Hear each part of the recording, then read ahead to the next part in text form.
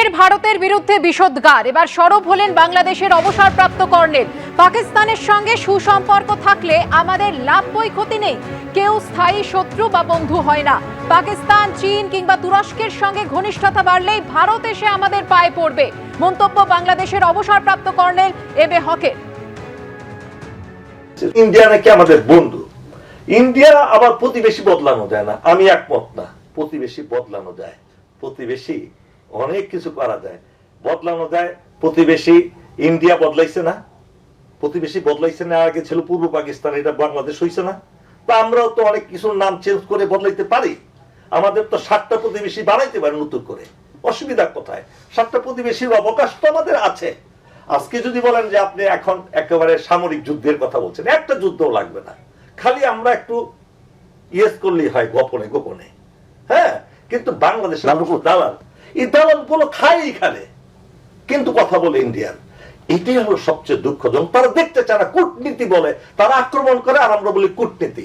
আরে আমাদের আর্মি কি নাই? আমরা কি প্রতিবাদ জানাতে পারি না? কিচ্ছু লাগবে না, চুপ করে বসে থাকেন। পাকিস্তানের সাথে আপনি সুসম্পর্ক স্থাপন করেন, কেউ চিরস্থায়ী বন্ধু বা শত্রু নয়। পাকিস্তানের সাথে সুসম্পর্ক করলে আমাদের লস নাই, লাভ ছাড়া। তুরস্কের সাথে সুসম্পর্ক করেন, চায়নার সাথে সুসম্পর্ক করেন।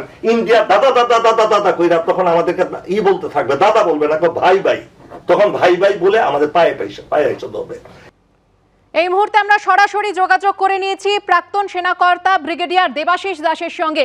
ব্রিগেডিয়ার দাস কোথাকার কে কর্নেল আমরা জানি না, কিন্তু তিনি এভাবে ভারত বাংলাদেশ কূটনৈতিক সম্পর্ক নিয়ে হুমকি দিচ্ছেন।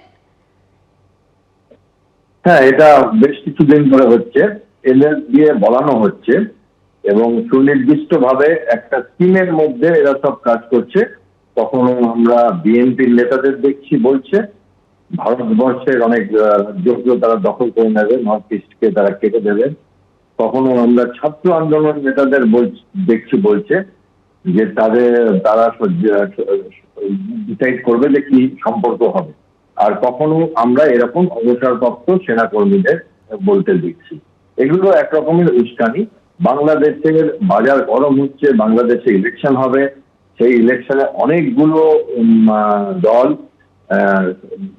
হবে এবং কিছু মনে হয় আর্মিও পেছন থেকে কলকাঠি নাড়ছে বাংলাদেশের আর্মি। এনার বক্তব্যের অত গুরুত্ব দেওয়ার দরকার নেই, কারণ ইনি তো বুঝছেন না যে কি বলছেন। কারণ প্রতিবেশী তো বদলানো যায় না, এটা তো জিওগ্রাফিক্যাল লোকেশন, ভৌগোলিক একটা বাধ্যবাধকতা থাকে মানুষের। তোমার যদি দুই দিক, তোমাদের দেশের যদি চারদিকে সমুদ্র হয় আর উপর দিকে ভারত হয় আর একটুখানি এরিয়া মিয়ানমারের হয়, তাহলে সেই লোকগুলোকে অগ্রাহ্য করে তোমরা নিঃশ্বাস নিতে পারবে না। আর উনি যেটা বলছেন ভারত পা ধরে কাঁদবে, এই করবে, তো এগুলো ইতিহাস বলবে, সময় বলবে, ভবিষ্যৎ বলবে। আগে ইতিহাস কি বলেছে আমরা জানি, বর্তমান কি বলেছে। ভারত তো ইতিমধ্যে বাংলাদেশকে $8 বিলিয়ন ইনফ্রাস্ট্রাকচার লোন দিয়েছে। ভারতের কাছে, বাংলাদেশের ব্যবসায়ীদের কাছে অনেক টাকার ইলেকট্রিসিটি বিল, আমার যতদূর জানা আছে 6,000 কোটি টাকার ইলেকট্রিসিটি বিল জমা পড়ে আছে। ফেরত দিতে হবে তো এগুলো এক সময়। কোথা থেকে নেবেন? হয়তো পাকিস্তান দেবে, হয়তো চীন দেবে, বাট এনাদের কথা আমি এত সিরিয়াসলি দিচ্ছি না।